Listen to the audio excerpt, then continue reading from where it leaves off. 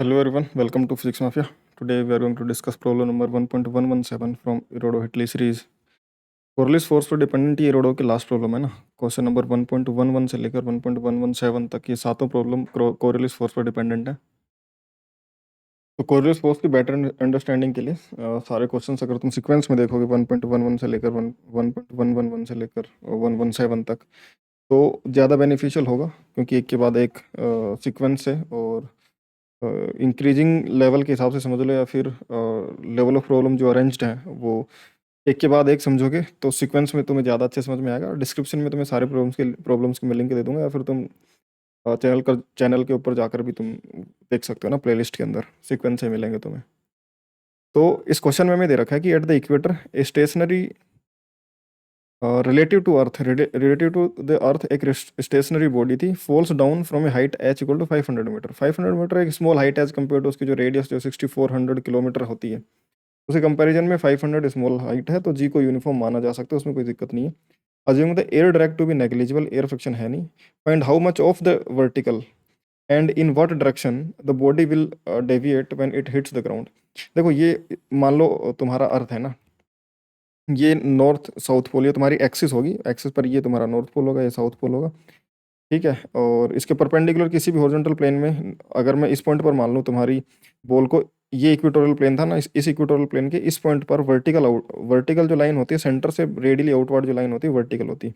इस पॉइंट पर vertical direction centre से रेडियली आउटवर्ड ये डायरेक्शन होगी, इस पॉइंट की वर्टिकल डायरेक्शन ये होगी इस तरीके से। इस पॉइंट की वर्टिकल जो डायरेक्शन होगी वो रेडियली आउटवर्ड ये वाली डायरेक्शन होगी वर्टिकल। यहाँ पर कोई इंसान अगर खड़ा होगा तो वो कुछ इस तरीके से खड़ा होगा, समझ में आई बात। वो ऐसे थोड़ी ही रहेगा, क्योंकि उस पर ग्रेविटी अंदर की तरफ सेंटर की तरफ लगेगी, तो उसके लिए वर्टिकल डायरेक्शन ऐसा है, अर्थ उसको इस तरफ तरीके से पुल कर रही है। तो अब इसमें थोड़ा सा कैलकुलेशन को समझना थोड़ा सा मुश्किल है ना। सरफेस से जो हाइट एच दे रखी है ये स्मॉल है 500 मीटर, जी को तो यूनिफॉर्म माना जा सकता है। इसको अगर मैं इस साइड से देखूंगा तो मुझे ये एक ऐसे हॉरिजॉन्टल सा सरफेस दिखेगा, इसमें ये तुम्हारा नॉर्थ पोल, ये साउथ पोल, और राइट नॉर्थ के सॉरी ये नॉर्थ की डायरेक्शन, ये साउथ की डायरेक्शन, नॉर्थ के राइट में ईस्ट की डायरेक्शन, नॉर्थ के लेफ्ट में वेस्ट की डायरेक्शन। समझ में आ गई बात। तो नॉर्थ साउथ ईस्ट वेस्ट ऐसे हैं। तो ईस्ट में एक तरीके से बोलूँ तो इनटू द प्लेन, अगर मैं या तो मैं ऐसे तिरछी लाइन से दिखाऊं, या फिर बोलूँ इनटू द प्लेन, यहाँ पर ईस्ट और out of the plane west होगा इस पॉइंट के लिए इधर से देखने पर। और अगर मैं इस डायग्राम को 90 डिग्री रोटेट कर दूं, इधर से देखूं, या फिर मैं बोलूँ कि मैं 90 डिग्री से रोटेट कर देता हूँ लेफ्ट हैंड साइड डायरेक्शन में, तो उस सिनेरियो के अंदर जो डायग्राम हमें दिखेगा कुछ इस तरीके से दिखेगा। ये पूरा का पूरा इस तरीके से ऐसे घूम जाएगा, ये पूरा का पूरा घूम जाएगा। और मान लो अब ये बॉल जो है इस वर्टिकल लाइन पर, जो इक्वेटोरियल प्लेन तुम्हारा इस तरीके से हो जाएगा, नॉर्थ इस तरीफ, नॉर्थ साउथ जो एक्सिस है तुम्हारी, एक्सिस ऑफ रोटेशन वो इस तरीके से हो जाएगी। और जो रोटेशन वेस्ट टू ईस्ट ऐसे होता है ओमेगा, वो वेस्ट टू ईस्ट ऐसे हो जाएगा। वेस्ट टू ईस्ट यानी कि वेस्ट ऊपर से अंदर की तरफ ईस्ट, तो into the plane east direction होगी, out of the plane west होगा, है ना। इसको ऐसे घुमाऊंगा तो अब ईस्ट पूरा इनटू द प्लेन चला जाएगा, west out of the plane आएगा, नॉर्मल तुम्हारा टेंजेंशियली लेफ्ट में चला जाएगा, और साउथ तुम्हारा राइट में चले जाएगा इस पॉइंट के ऊपर। अगर कोई यहाँ पर खड़ा होगा उसके लिए, समझ में आ गई बात। तो ये इस तरीके से, और वर्टिकली डाउनवर्ड तुम्हारा ये बॉल गिर रहा होगा। अर्थ के फ्रेम में देखेंगे तो उस पर, क्योंकि अर्थ के फ्रेम में ये रिलेटिव वेलोसिटी वी से गिर भी रहा होगा, क्योंकि हाइट के हिसाब से जैसे जैसे नीचे गिरेगा इसकी स्पीड चेंज होगी, तो रिलेटिव वेलोसिटी भी गेन करेगा with respect to earth. Initially तो बोल रखा था कि भाई अर्थ से देखने पर यहाँ पर खड़ा हुआ कोई इंसान इसको देखेगा तो वो रेस्ट में दिखाई देगा इनिशियली। इसका मतलब ये था कि सेंटर के अबाउट जिस ओमेगा से अर्थ का ये पॉइंट घूम रहा था, जहाँ पर खड़ा हुआ इंसान अर्थ के सरफेस के पॉइंट के स्पीड के बराबर ही घूमेगा, उतने ही ओमेगा से ये घूम रहा था। लेकिन इसकी रेडियस अलग थी, तो टेंजेंशियल स्पीड तो ऑब्वियस सी बात अलग होगी, लेकिन ओमेगा तो सेम था, तो ऐसा लग रहा था कि जिससे इसके रेस्पेक्ट में ये रेस्ट में ही हो। अब इसके रेस्पेक्ट में जब ये नीचे गिरेगा तब रिलेटिव स्पीड आएगी रेडियस के लॉन्ग, और फिर अगर रेडियस के लॉन्ग अगर वेलोसिटी आएगी रिलेटिव, तो उस रिलेटिव वेलोसिटी की वजह से इस पर कोरिलेस फोर्स भी लगेगा इस रोटेटिंग फ्रेम में। तो अगर मैं इस रोटेटिंग फ्रेम में देखूंगा तो एक तो इस रिलेटिव वेलोसिटी जो गेन हो रही है उसको नीचे गिरने की वजह से, ग्रेविटी की वजह से, उसकी वजह से कोरिलेस फोर्स आएगा, साथ ही साथ अर्थ के रोटेशन के रेडियली आउटवर्ड एक सूडो फोर्स भी लगेगा। सूडो फोर्स तो रोटेशनल एक्सिस जो होगी, रोटेशनल एक्सिस से रेडियली आउटवर्ड हर एक बॉडी पर रोटेशनल एक्सिस से रेडियली आउटवर्ड फोर्स लगता है, और एक्सिस ऑफ रोटेशन से डिस्टेंस जो भी स्मॉल आर होगी उससे omega square r m omega square r इतना रेडियली आउटवर्ड फोर्स लगता है। तो यहाँ से देखूंगा तो अर्थ पे रेडियली आउटवर्ड जो फोर्स लगेगा, या उसकी वजह से आने वाली जो सेंट्रीफ्यूगल एक्सेलरेशन है वो ओमेगा स्क्वायर इंटू आर होगी, ठीक है। इसका जो ओमेगा होगा, हमने मान लिया कि हमने एक्स वाई और z out of the plane मान लिया, तो जो तुम्हारा ओमेगा होगा, ओमेगा नॉर्थ की डायरेक्शन में आएगा, तो ओमेगा तुम्हारा माइनस ओमेगा आई कैप लिख देंगे। वेलोसिटी जिस स्पीड से नीचे गिर रहा है उसको हम माइनस जे कैप में लिख देंगे, ठीक है। दूसरी बात, हाइट जो है वो 500 मीटर है, लेस देन आर है, तो जी को यूनिफॉर्म माना जा सकता है 9.8 मीटर पर सेकंड स्क्वायर। अब ये जो सेंट्रीफ्यूगल फोर्स है और नीचे लगेगी ग्रेविटी, तो इफेक्टिव ग्रेविटी जो बनेगी वो जी माइनस ए सी सेंट्रीफ्यूगल फोर्स। तो जी ग्रेविटी है तुम्हारा, और सेंट्रीफ्यूगल फोर्स कैलकुलेट करें तो ओमेगा स्क्वायर आर, ओमेगा यानी कि 2 pi by time period 24 hour होता है, उसको सेकंड में कन्वर्ट करके रख दिया, उसका स्क्वायर इंटू रेडियस। इसको जब कैलकुलेट करा तो सेंट्रीफ्यूगल फोर्स जो सेंट्रीफ्यूगल एक्सेलरेशन जो आ रही है अर्थ के फ्रेम में वो माइनस 0.037 मीटर पर सेकंड स्क्वायर है, जो कि जी की वैल्यू 9.8 के कंपेरिजन बहुत बहुत स्मॉल है, 0.037। तो ये 0.04 के आसपास है, तो इसमें कोई फर्क नहीं पड़ेगा उससे, ये लगभग 9.8 माइनस 0.04 ऐसा कुछ रहेगा, तो ये 9.76 आ जाएगा 9.8 की जगह। तो जी पर कोई खास फर्क पड़ नहीं रहा सूडो फोर्स की वजह से भी, जो सेंट्रीफ्यूगल फोर्स है उसकी वजह से, जो उसका रोटेशन होगा ना, इसका खुद का भी तो रोटेशन होगा अर्थ के अराउंड, इस तरीके से ऐसे घूम रही होगी ये भी इसके साथ साथ, जैसे ये पॉइंट घूम रहा होगा वैसे ही। तो उस रोटेशन की वजह से जो अर्थ के फ्रेम में इस पर सेंट्रीफ्यूगल फोर्स लग रहा होगा, उससे तो कोई फर्क पड़ेगा नहीं, क्योंकि वो तो नेग्लिजिबल है। तो जी इफेक्टिव तुम्हारा लगभग जी के बराबर रहेगा। तो हाइट वैसे ही यूनिफॉर्म स्मॉल है, तो जी को वैसे यूनिफॉर्म माना जा सकता है, यूनिफॉर्म एक्सेलरेशन से नीचे की तरफ गिरेगा। तो यूनिफॉर्म एक्सेलरेशन गिरेगा तो टाइम टी में जो वेलोसिटी गेन करेगा v equal to u plus a t, u zero था तो एक्सेलरेशन जी इंटू टी, इतनी स्पीड गेन कर लेगा। और इसको यहाँ से यहाँ तक गिरने में जो टोटल टाइम लगेगा वो टोटल टाइम रूट 2h/g से निकाला जा सकता है, फ्री फॉल कंसिडर किया जा सकता है इसको। तो टोटल टाइम रूट 2h/g और स्पीड जो है वो जी इंटू टी बन जाएगी किसी भी टाइम टी पर। अब विद रिस्पेक्ट टू अर्थ देखूंगा तो अर्थ रेस्ट में आ जाएगी, अर्थ का ओमेगा जो था वो माइनस आई कैप में था, और इसके करस्पॉन्डिंग वेलोसिटी नीचे की तरफ थी। तो जो सेंट्रीफ्यूगल फोर्स है वो तो बाहर की तरफ ओमेगा स्क्वायर, ये नेग्लिजिबल है तो हम इसको हटा ही देंगे, कोई फर्क नहीं पड़ेगा उससे।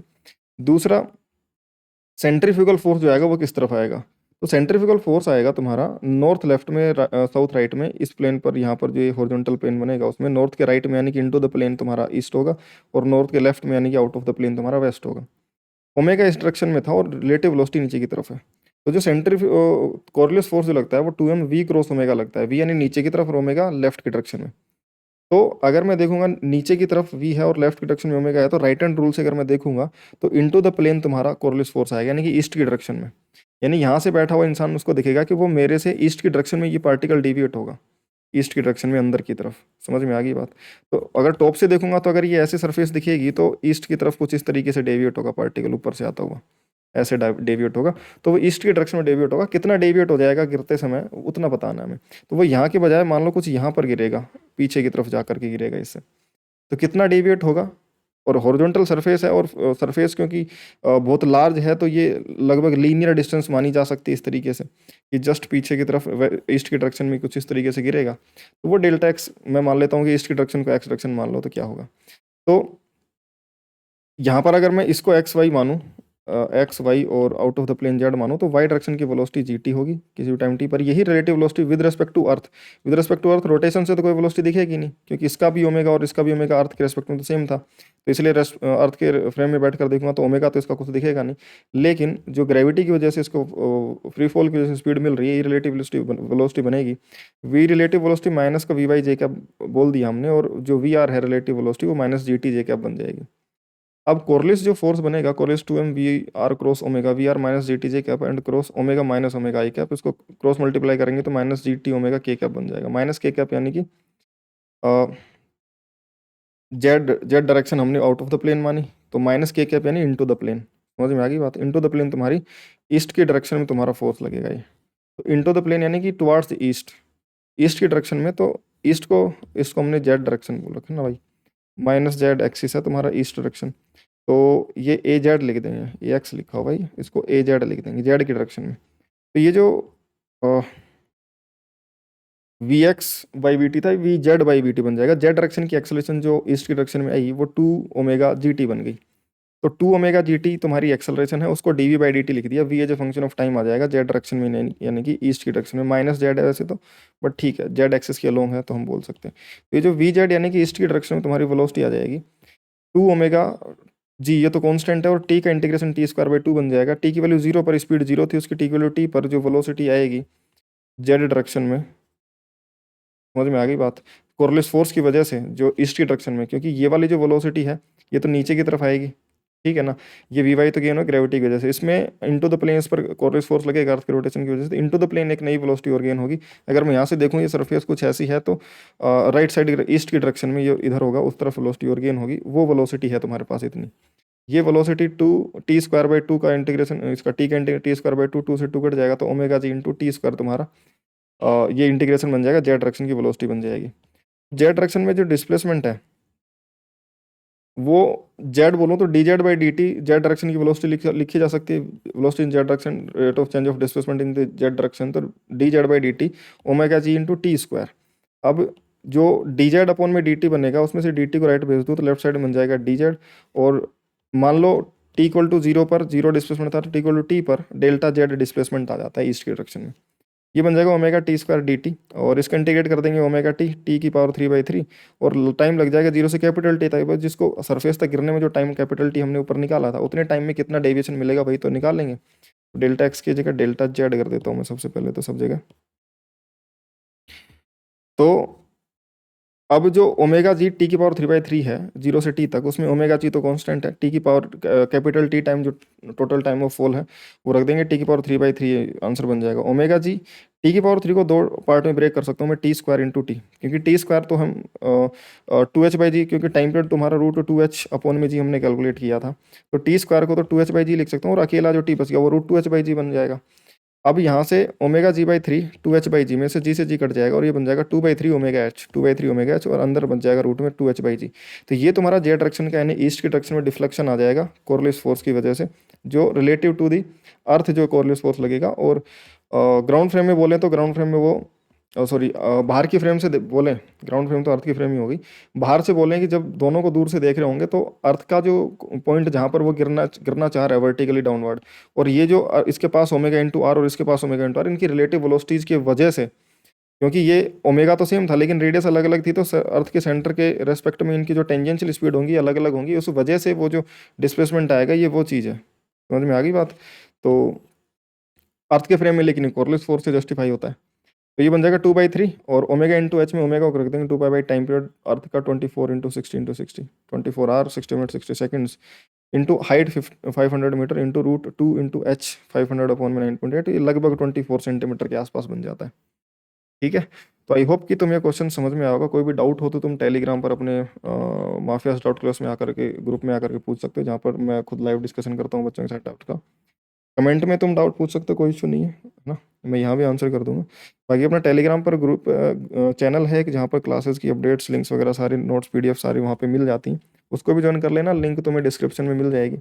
और जो कोरियोलिस फोर्स है, कोरियोलिस फोर्स की जितनी भी प्रॉब्लम्स हैं 1.111 से लेकर 1.117 तक, सारी लिंक तुम्हें डिस्क्रिप्शन में मिल जाएंगी। तुम सीक्वेंस से देखना तो तुम्हारी कोरियोलिस फोर्स की सारी जो भी दिक्कतें होंगी सारी दूर हो जाएंगी, है ना।